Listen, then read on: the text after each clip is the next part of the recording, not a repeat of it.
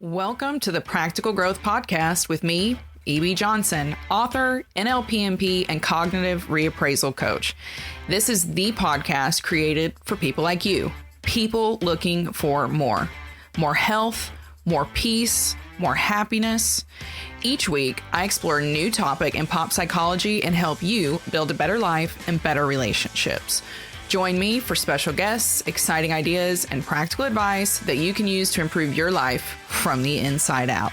Let's get into it. Hello, my lovelies. It is me, back again, E.B. Johnson, your favorite podcast host, your favorite blogger, your favorite TikToker, and most importantly, your favorite NLP coach and cognitive reappraisal specialist. What a mouthful. Anyway, welcome back to another episode of the Practical Growth Podcast. As usual, I'm not going to disappoint. This is going to be super juicy and you're going to like it. Although I do expect that once again, as is my MO, this is going to hold a little bit of a mirror up to some of you, but I don't want you to despair or get upset because listen, what we're talking about today, I've done it too. I am guilty as any of you. And that is why we are going to break this down today. Over pathologizing. You probably guessed from the title of this podcast that that's what we are going to be talking about today. Trauma survivors, narcissistic abuse survivors. We all have such a bad habit of needing a label, of getting so wrapped up in figuring out the people who abused us and why they did it and what is the scientific and psychological reason. We want the answer. We think it's going to solve stuff, but it doesn't. It doesn't solve anything. And we get caught in a trap in which we are not taking action in the name of healing. We're not actually focusing on the things that matter. So that's what we're going to get into today. Over pathologizing your nervous system. It doesn't care. It doesn't care if your abuser was a narcissist or just a selfish person. All it wants to do is heal. And that's what we are going to help you do today. Now, before we get into things, I do just want to make a quick little housekeeping type of announcement. I know a lot of you have found me through my blog on medium.com. That's where so many of my clients come from. That's where so many of you have found this podcast. And it has been great. I've been on Medium since 2019. Talking about, my narcissistic parent experiences, different coaching techniques, how to heal your nervous system, how to deal with the brain damage that accompanies childhood trauma, all those good things. Unfortunately, I think that that's kind of come to an end. So if you would like to keep up with my blog, if you would like to keep reading articles from me, stories from me, if you'd like to keep getting this kind of advice on how to target your nervous system, improve your relationships, heal from childhood trauma, then please follow me on Substack. You can find me there, practicalgrowth.substack.com. Dead simple. I do have both a free and a paid subscription. So if you join with the free subscription, you still get to see articles and all that kind of stuff. They just unlock a little bit later than for my premium subscribers. And for my premium subscribers, you get all kinds of goodies. I just sent out a free ebook this week to my subscribers. I've done some exclusive podcast episodes in the past and all kinds of good stuff. So head over to Substack if you are one of my blog readers and you want to keep reading my blog, because that is where most of my content is going to be now. And there's a huge library of content there. So head over to practicalgrowth.substack.com to follow my blog and to keep up with everything. All right, enough about that disappointment of a platform. Let's go ahead and get into the meat. Let's get into the important stuff. Your nervous system doesn't give a shit who abused you, what their label is, psychological reasons behind what they did. It doesn't care, right? It doesn't care. Yet so many of us get caught in this terrible, it's almost like a race. It's like a never ending race that you can't win, right? Why did they do this? Are they a narcissist? Are they not a narcissist? Every client that I have at some point expresses this to me, right? They want to know. They said, EB, is she a narcissist? Is he a narcissist? Was I in a narcissistic family? What is the label of this person? This person just said this to me. Does this mean they're this? That is over pathologizing. Okay. That is what I'm talking about when I say over pathologizing. It is focusing too much on trying to figure out who your abuser was and the scientific reasons and labels behind what they did. Okay. It can also work the other way. It's not just focusing on pathologizing the abusers. Trauma survivors also have a bad habit of over pathologizing ourselves, right? We just get inside there and just dig into every little recess. And we want to compare it to every little thing we can find in the DSM-5. But it's not really helpful because essentially what this does is causes most of us, into intellectualizing things. Okay, we're over intellectualizing. And when we're doing that, we're avoiding experience and we're avoiding our feelings. But most importantly, when you get caught in this loop of trying to over pathologize yourself and even others, you're not addressing the real problem, right? Which is the symptoms of that abuse, the symptoms of the behaviors those people are exhibiting. Some people, and some of you are going to see yourselves in this next one, so buckle up. Some people actually spend more time trying to figure out the labels of themselves and everyone else around them than they do actually working to address the problematic symptoms that they complain about. Okay? Just sit with that. But here's the reality, okay?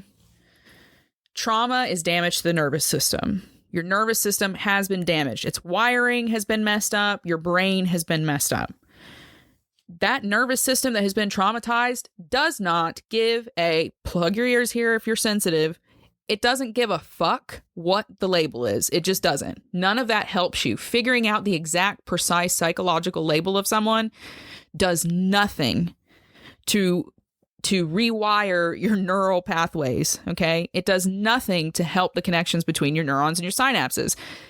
It does not help stimulate your vagus nerve, okay? The knowledge of a label doesn't do any of that. It doesn't do any of that.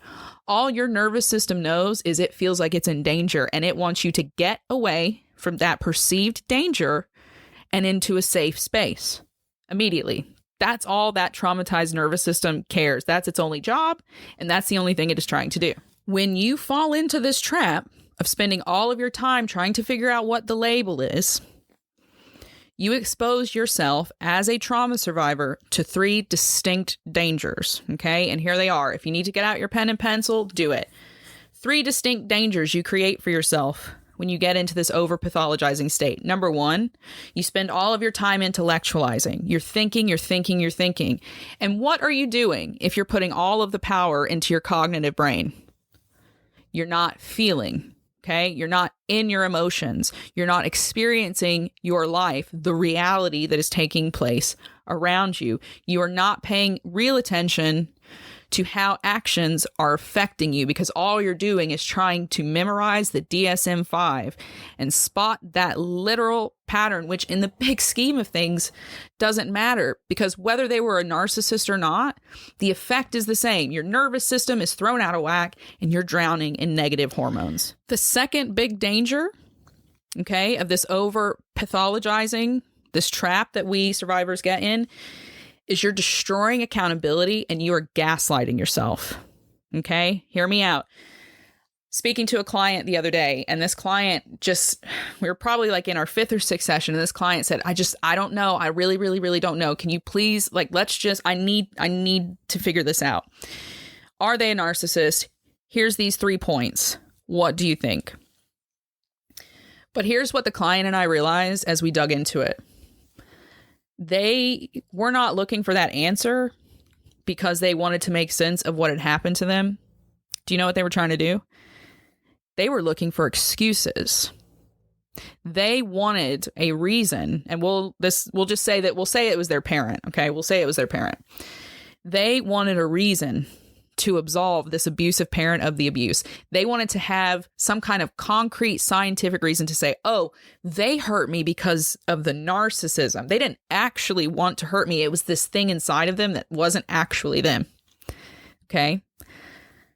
You might be over pathologizing for the same reasons. You might be looking for a way to excuse the person or the people who have harmed you because that's less painful than accepting the reality that someone you trusted consciously chose to do things that damaged you for the rest of your life. It's a much easier pill to swallow that your parent didn't mean to, right? Than looking that in the face and saying, well, they did. They wanted to hurt a child because they were miserable and immature. But guess where the real healing is? The healing is in looking at that nasty, hard truth that your parent just didn't love you the way they were supposed to. And once you swallow that pill, that's when you get over those big, scary emotions that you feel like you're going to drown in. The longer you look away from the truth, the worse it gets. And so many people use that pathologizing to run away from the truth. And worse, this is also what my client was doing. They use it to gaslight themselves. Because when you do that, when you look for a way to excuse someone who has abused you, when you look for some way to not make them take radical accountability in your life, okay, just in your story, you assign radical accountability for what they did. If you come up with this pathology, right, then you can say to yourself, oh, look, you're a bad kid because you're being hateful to your mother who had bipolar disorder or borderline personality disorder, or maybe she was autistic. So look at you. You're actually in the wrong for calling out her bad behavior because of this pathology. You get it? It's another way to gaslight yourself. It's another way to not let abusers be accountable for abuse. And that is hugely, hugely dangerous. Now, number 3, this is the third big danger, the third and final danger of this over pathologizing. When you get stuck trying to figure out what's the label, you're preventing your own growth. You're preventing your own growth and improvement. Some of you will be using that behavior to stall, right? To keep you from actually getting up and taking action to do the things that are going to fix your body and fix your mind. And you'd rather put your nose in the DSM-5 and keep digging because it's easy for you to call that work when really it's the easy way out. Okay, so you're stalling. You might also be using that to self-sabotage.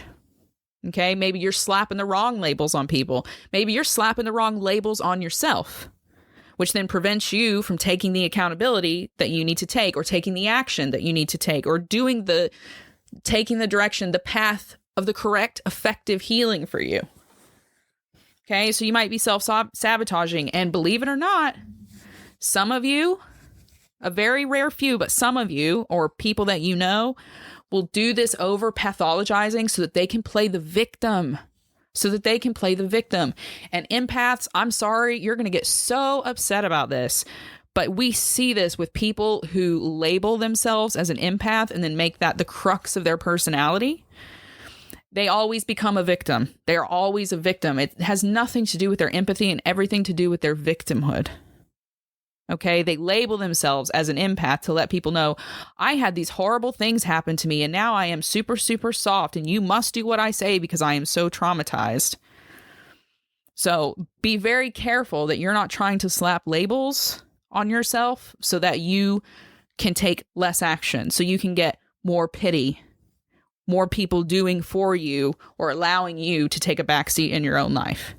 Okay, that's the third big danger of this over pathologizing. What can be done? What can be done then? If you've fallen into this trap, as so many of us have, as I once upon a time did too, what can you do? How are you going to start taking care of your nervous system? All right, we'll break it down. I will do this as quick and as painless as I can. So again, if you need that pen and paper, sit down, get it out, let's go, because these are the practical steps that you're going to take right now to stop this trap of over pathologizing yourself and the people who have hurt you. Okay. Number 1, instead of looking for a label, you need to just focus on patterns of cause and effect.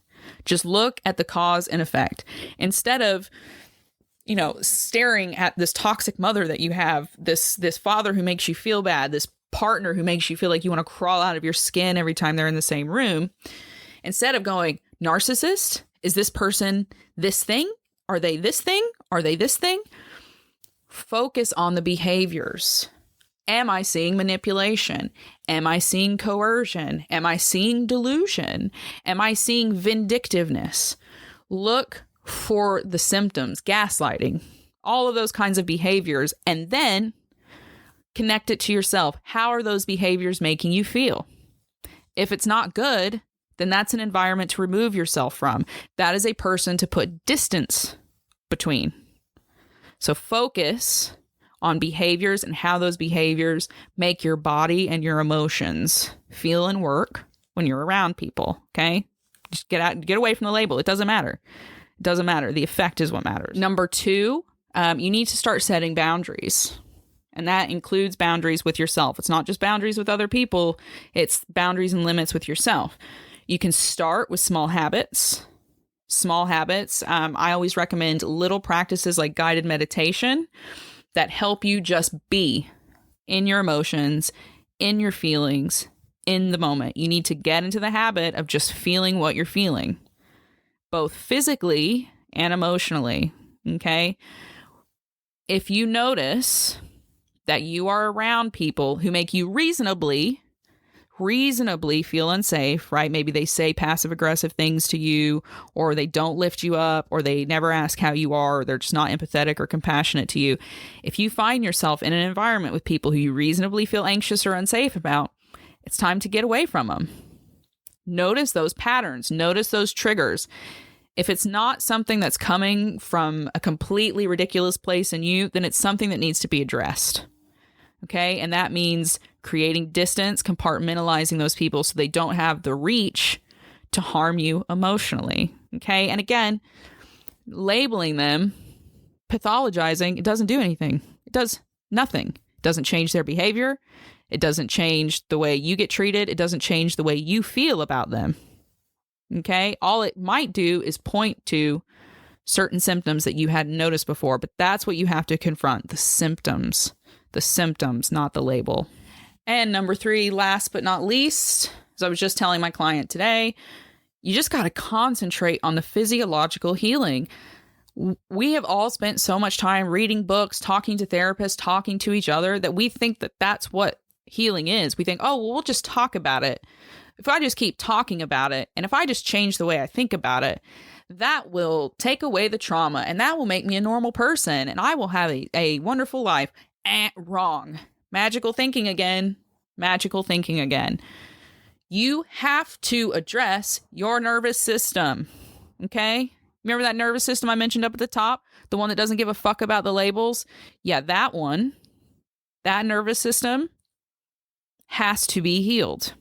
If you want to stop feeling like you're drowning in anxiety every time you have to say no to somebody or have a confrontation, if you want to stop waking up in the middle of the night, if you want to stop having intrusive thoughts and all these crazy memories haunting you, then you got to concentrate on healing your nervous system. For those who've been traumatized, it usually triggers your autonomic nervous system, okay? And that is the part of your nervous system that tells your body to release all those nasty hormones like cortisol, which make you feel depressed and anxious and hopeless and yada, yada, yada. You have to heal that. You have to get your nervous system back into working order. So that means working with your vagus nerve. That means triggering your somatic nervous system so that you can get those nice, calming, healthy hormones in your body, the peaceful ones. You've got to rewire yourself. And yeah, part of that will be going to see a therapist. For some of you, it might mean taking medication so that you can balance those different hormones that are out of whack because your nervous system's been hammered into the on position. You can use natural supplements. There are natural supplements. I use ashwagandha and moringa every single day, because they have done wonders for my nervous system. There's all kinds of things that you can do to start healing your brain, healing your vagus nerve, all of those things, neuroplastic exercises. But until you do that, until you start addressing the physiological symptoms of what you're experiencing, I'm sorry, but all that anxiety, all that trauma, all those hangups, all the magical thinking, all that crap still gonna take place.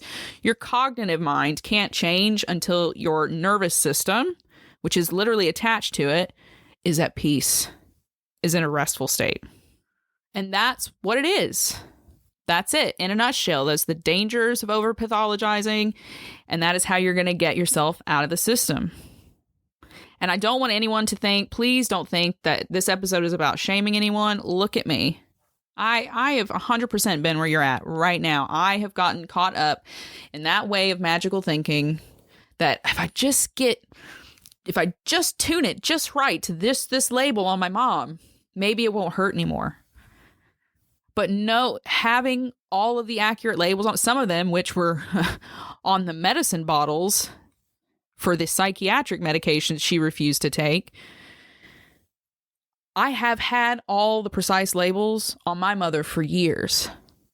Do you think that makes it any less painful when I go back and think about that afternoon when I had to spend hours taking off my own training wheels and teaching myself how to ride a bike because no one bothered to teach me? Do you think that makes that any less painful, knowing that my mother was a narcissist, that she was bipolar, that she had childhood trauma? Doesn't make a difference to my nervous system. My inner child doesn't give a shit about any of that. I still have to go and take that inner child by the hand and go do the work to heal the damage that woman did, whatever she was.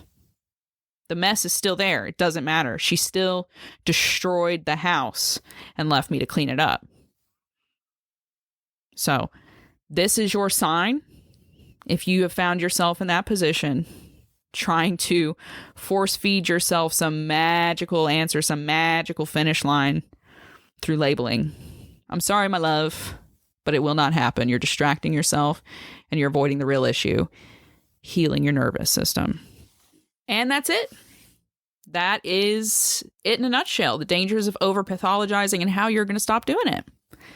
If you would like to learn more about healing your nervous system, how it's worked against you, then you are free to apply for my 8-week coaching program. This is a one-on-one coaching program, and we specifically target your nervous system while incorporating NLP and cognitive reappraisal practices to help you rewire not just that vagus nerve and that autonomic nervous system and that somatic nervous system and the limbic system. We actually help you to rewire your cognitive brain as well. So it's a full approach to helping you tackle your childhood trauma, to help you rebuild confidence in the wake of narcissistic abuse. So if you'd like to learn more about that, please head over to therealevjohnson.com, click on Working With Me. For everyone else, remember, head over to Substack if you want to keep up with my blog. That's at practicalgrowth.substack.com. And yeah, you can find me on TikTok for everything else. Thank you so much for listening. If you loved the episode, don't forget to head over to Apple Podcasts and leave 5-star review. It just helps people find the podcast, and it helps me kind of get my voice and my work out there, since platforms like Medium don't want people to hear it anymore. So thank you so much for listening. I'll be back next week with another great episode. Until then, keep your heads up, keep your eyes on the stars, and keep moving forward. Bye-bye.